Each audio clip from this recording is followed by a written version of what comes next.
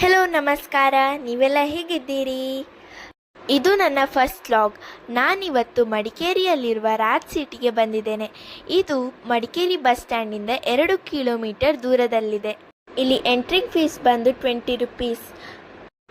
ಆದರೂ ಆಟ ಆಡಬೇಕಂದ್ರೆ ನಿಮಗೆ ಎಕ್ಸ್ಟ್ರಾ ಫೀಸ್ ಪೇ ಮಾಡಬೇಕಾಗಿ ಬರುತ್ತೆ. ನಮಗೆ ಈ ಪ್ಲೇಸ್ಗೆ ಎಂಟರ್ ಆದಾಗಲೇ ತುಂಬ ಖುಷಿಯಾಗಿತ್ತು. ಇಲ್ಲಿ ತುಂಬ ಕೂಲ್ ಆದ ವೆದರ್ ಇದೆ.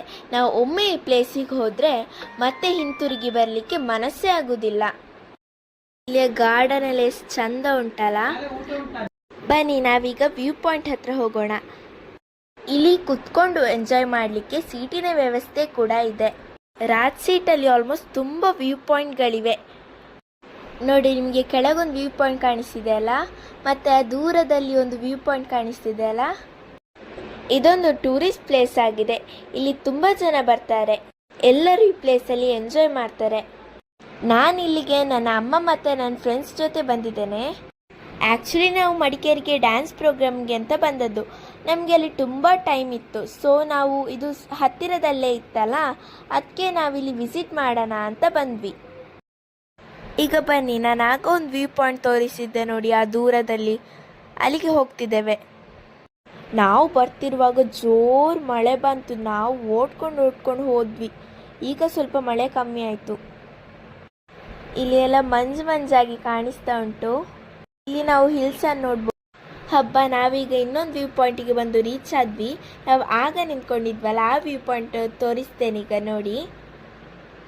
ಇದು ನೋಡಿ, ಇದು ನಾವು ಆಗ ನಿಂತ್ಕೊಂಡಿದ್ದ ವ್ಯೂ ಪಾಯಿಂಟ್.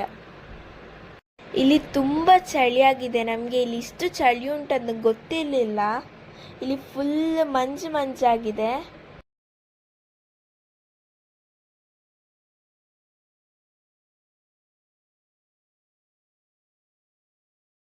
ಬಟ್ ಈ ರಾಜ್ ಸೀಟಿದ ವ್ಯೂ ಪಾಯಿಂಟ್ ಮಾತ್ರ ತುಂಬ ಸೂಪರ್ ಆಗಿದೆ.